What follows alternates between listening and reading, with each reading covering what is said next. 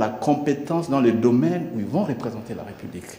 Et enfin, bien sûr, puisqu'il s'agit aussi des cas de corruption, nous n'hésiterons pas à référer ces cas de corruption, de mauvaise conduite au barreau, parce que le barreau a des commissions de discipline, etc. Ça, c'est quelque chose d'important qu'il faut le dire. La deuxième priorité pour nous, c'est le renforcement de l'état de droit, comme vous savez, contre les déserts judiciaires. Nous allons préparer, en collaboration avec le Conseil supérieur de la magistrature, une cartographie, n'est-ce pas, de besoins de la justice. Parce que, comme vous le savez, les premières juridictions qui ont été créées, y compris les prisons, c'était les prisons à l'époque où les provinces, c'était les anciennes provinces. Aujourd'hui, on a 26 provinces, donc du coup, lorsqu'on crée des nouvelles provinces, il n'y a pas d'infrastructure. Par exemple, en ce qui concerne les prisons des districts sont devenues aujourd'hui des prisons de province. Donc la capacité d'accueil ne correspond pas aujourd'hui à la nouvelle, etc. Troisième priorité, je l'ai dit, c'est l'amélioration des conditions de détention carcérale. Je ne reviens pas puisque, comme je l'ai dit, les situations étaient très inacceptables. Et bien sûr que cela demande à ce que nous puissions continuer les réformes. Et l'une des réformes les plus importantes pour nous, ça va être adopter des lois essentiellement de la lutte contre la corruption. Et la lutte contre la corruption va aussi faire en sorte que nous puissions améliorer le climat des affaires et bien sûr envisager la possibilité aussi pour que les sociétés minières, ça c'est un exemple aussi que j'aurais pu le dire, j'ai constaté par exemple au Katanga, disons au Katanga et à Lualaba, c'est que les sociétés minières commettaient des infractions environnementales. Il n'y a pas de sanctions. Il n'y a pas de sanctions. Et donc, ça affecte les populations locales. Donc, ce n'est pas en conformité avec le code minier et aussi en violation de lois de la République. Et c'est important que les cahiers de charges de ces sociétés-là soient effectivement à respecter. J'ai eu l'opportunité de parcourir assez rapidement le rapport de la Cour de compte. Vous allez vous rendre compte que la majorité de ces sociétés, certains qui sont basés au Katanga, ne payent pas des redevances minières. Donc, l'État perd. Ou bien il paye, si elle paye partiellement. Et il n'y a pas de sanctions.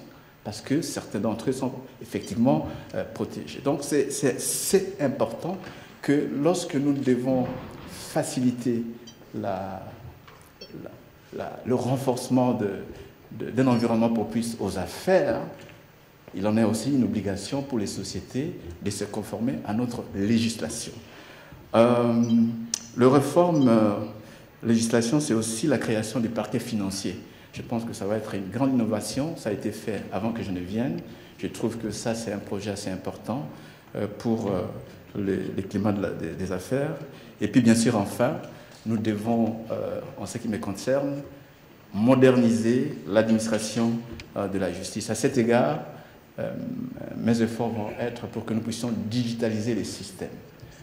Quand j'étais à Kolwezi, je suis allé visiter la cour d'appel.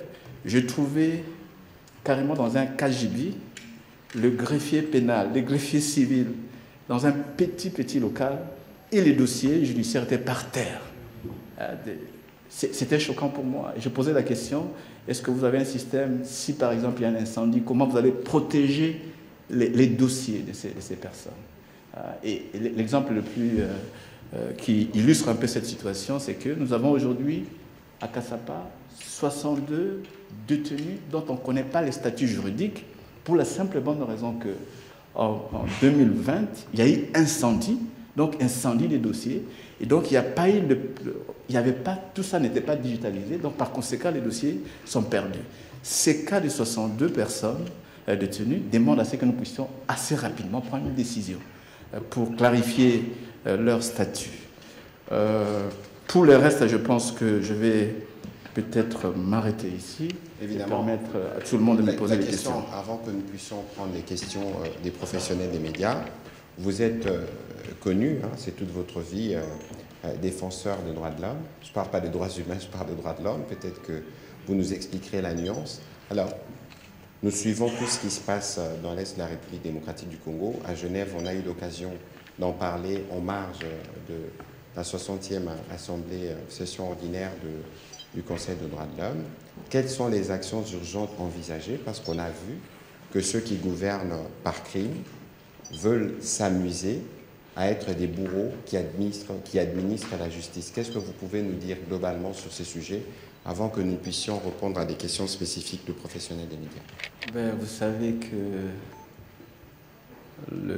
la justice congolaise est compétente pour connaître toutes les infractions, tous les crimes qui se commettent sur son territoire.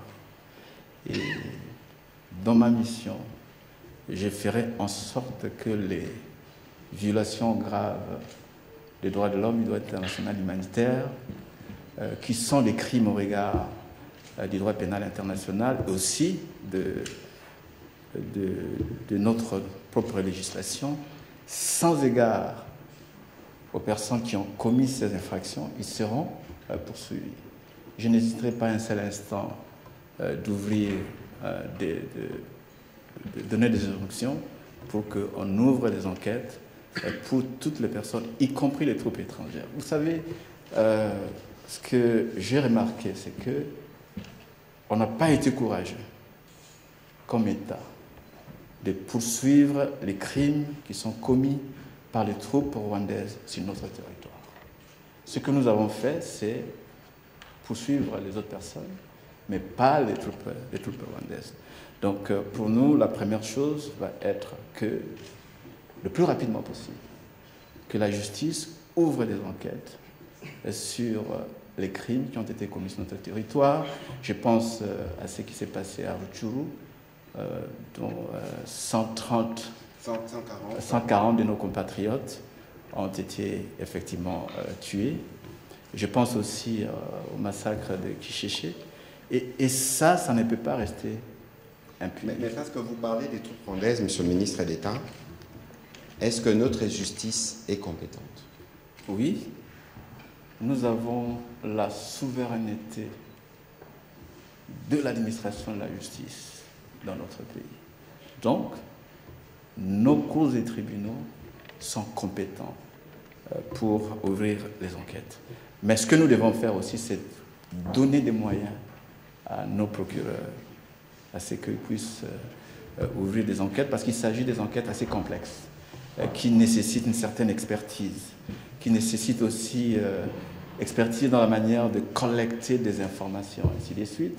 C'est pour cette raison-là qu'aujourd'hui, il est établi que des crimes graves ont été commis sur notre territoire, attestés par les différents rapports des instances internationales, y compris le récent rapport produit par le Fact-Finding Mission la mission d'établissement de fait du Conseil des droits de l'homme. Et le rapport est clair. Les crimes ont été commis, la responsabilité du Rwanda et des troupes rwandaises a été établie. C'est sans équivoque. Et on va le poursuivre. Alors, on va commencer la série des questions avec Madame Joséphine. Trouver des dossiers.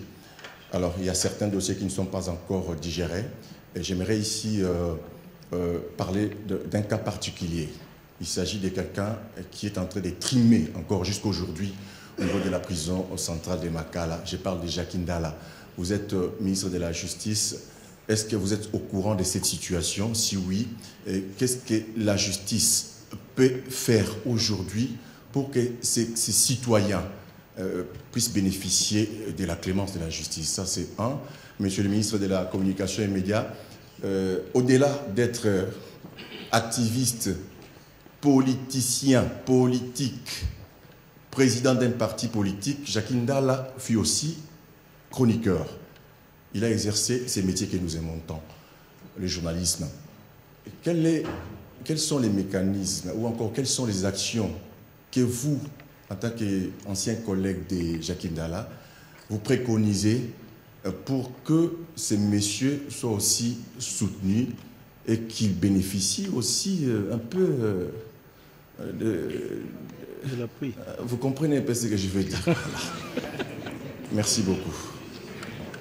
Bon, écoutez, je crois que nous avons le privilège d'avoir le ministre d'État, ministre de la Justice, qui pourra évidemment dire quelques mots là-dessus de manière plus précise.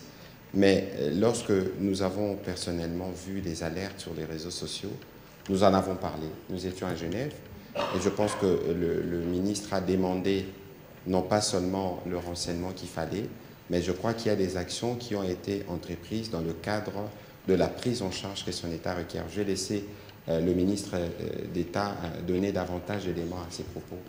Et peut-être que je pourrais revenir avec un commentaire, s'il faut. Monsieur le ministre d'État. Oui, je pense que vous avez déjà donné la bonne réponse. Effectivement, nous avons été alertés par les réseaux sociaux.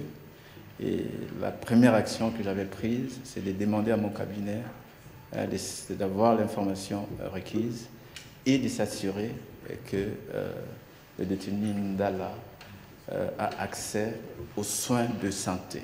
Et ça, c'était important. Il a été pris en charge au niveau de l'hôpital. Et je n'aimerais pas ici vous dévoiler son rapport médical. Il y a un saut de confidentialité. Mais tout ce que je peux vous dire, qu'il a été pris en charge. S'agissant de sa situation, puisque le compatriote Ndala sa réclamation, ses revendications, c'est d'être libéré. Et ici, nous sommes en matière pénale. Il a été condamné. Et il demande une libération conditionnelle. Et pour être libéré conditionnellement, il faut remplir les critères. Au moins avoir passé 2/3 de votre peine.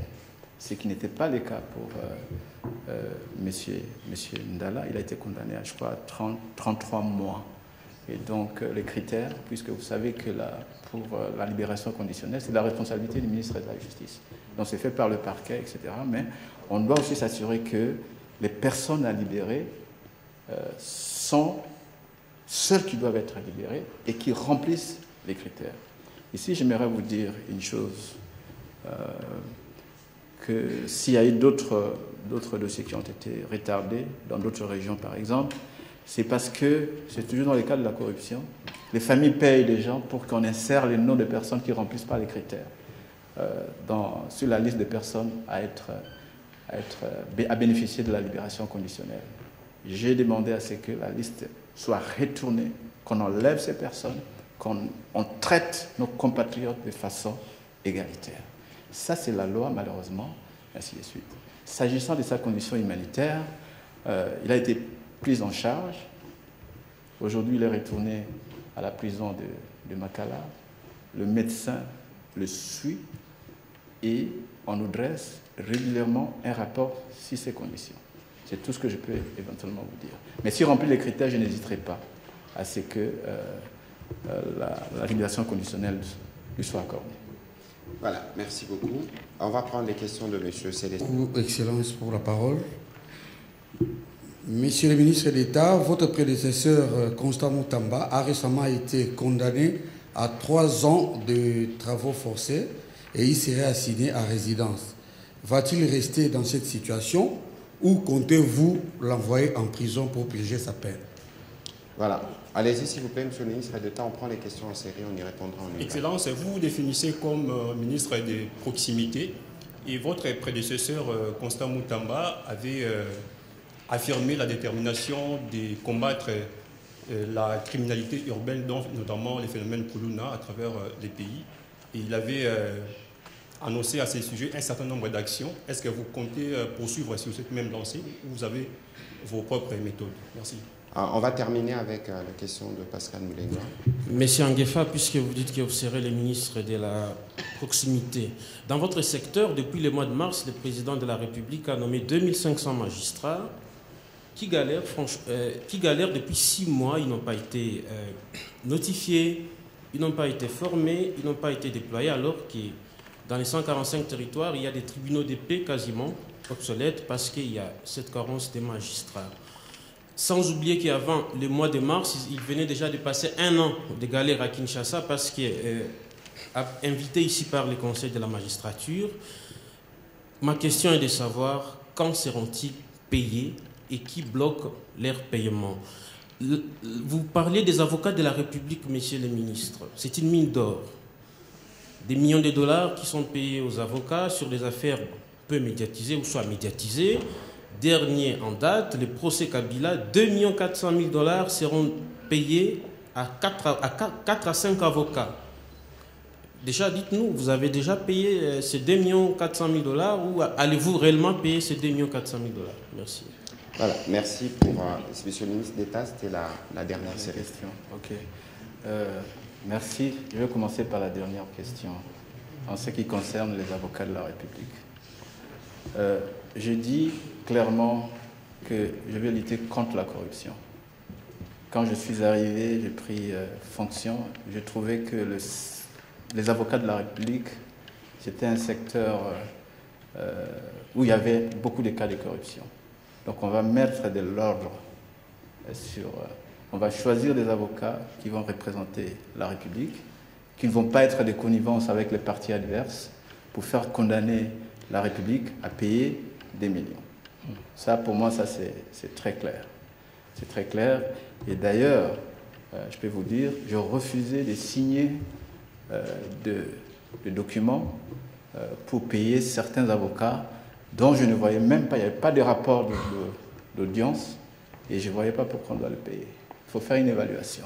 Donc on va faire certainement une évaluation.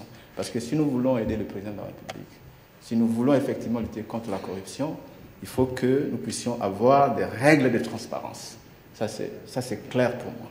S'agissant de paiement, bon, ça a été fait avant moi, mais je n'ai pas vraiment l'information sur cette question puisque les avocats ont été désignés avant. Mais je vais essayer de le voir. S'agissant des magistrats, oui, il faut reconnaître que ça c'est positif. Le fait qu'on a nommé plus de 2500 magistrats pour durer. Maintenant, c'est l'opérationnalisation de cette nomination qui pose problème. Il faut créer des conditions, des moyens. Et je vous ai dit qu'aujourd'hui, certaines juridictions étaient des juridictions de tribunaux de paix. Maintenant, ils doivent être érigés en cour d'appel. Et donc, ça demande, il faut qu'il y ait des bâtiments, il faut qu'il y ait des moyens, etc. Donc, mon rôle aussi, durant ma mission, j'ai pu discuter avec les autorités de Lualaba, par exemple pour la cour d'appel, pour qu'on puisse effectivement donner un autre bâtiment en attendant que le nouveau bâtiment qui est entré en construction pour la cour puisse effectivement terminer. En ce qui concerne le besoin réel pour que la justice soit une justice de proximité, il faut au moins 10 000 magistrats. Vous voyez? Donc ça demande à ce que nous puissions avoir un budget spécial. Vous voyez? Un budget spécial. En dehors de ça, il y a la question de la sécurité.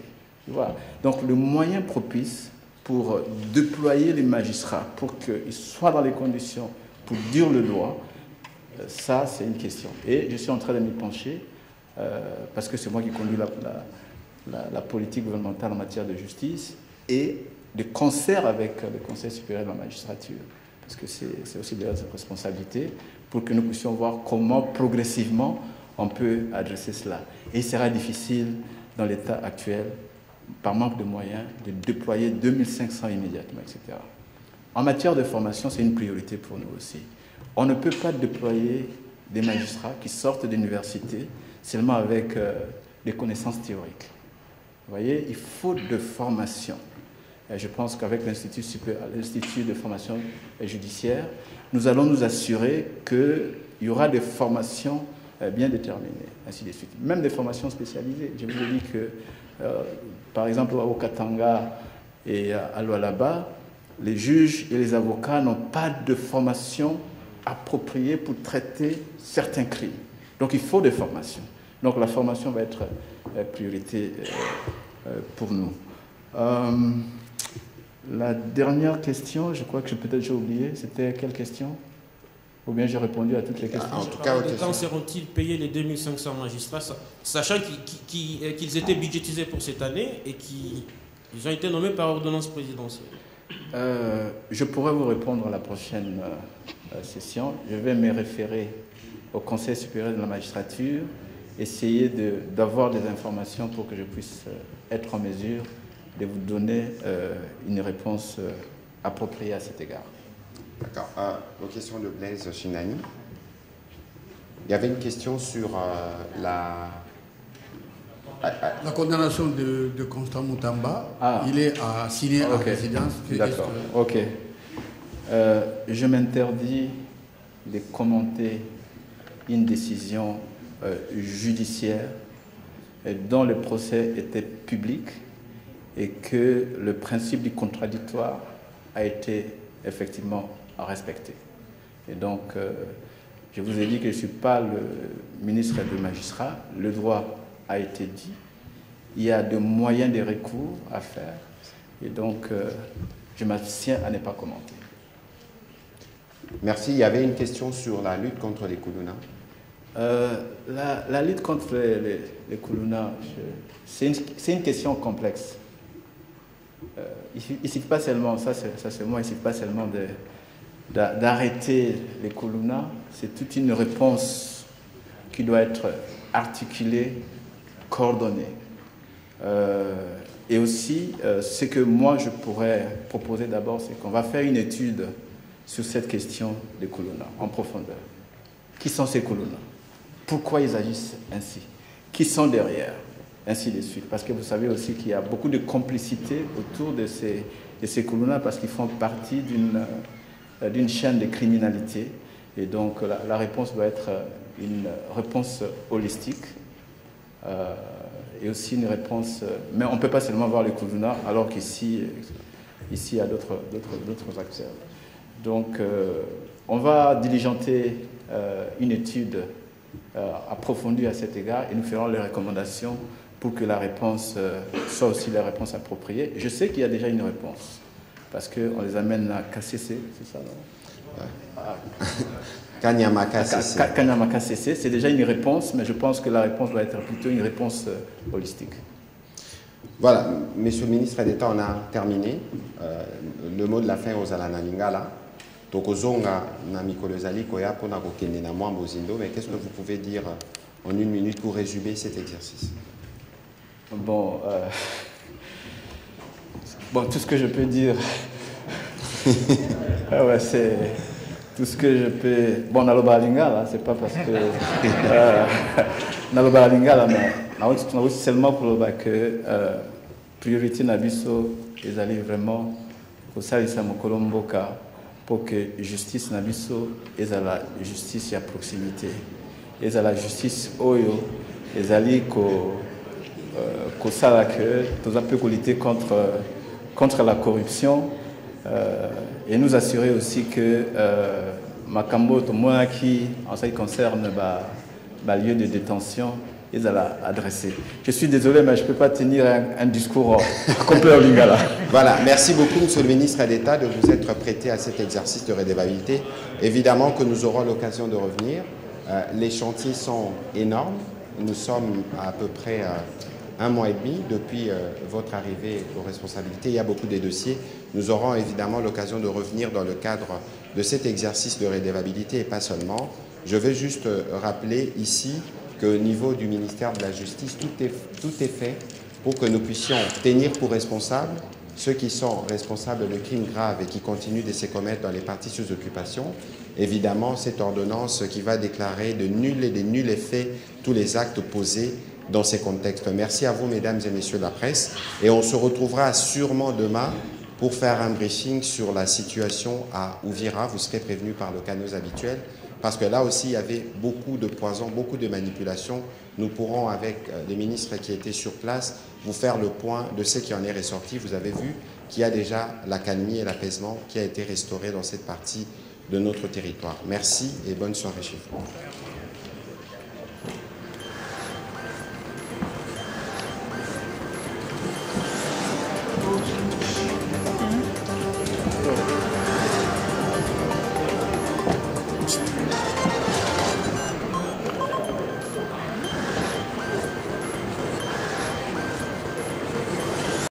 Suivez Suivez votre magazine d'actualité Focus plus 243 pour ne rien rater sur la sécurité, la santé, la politique et que sais-je encore.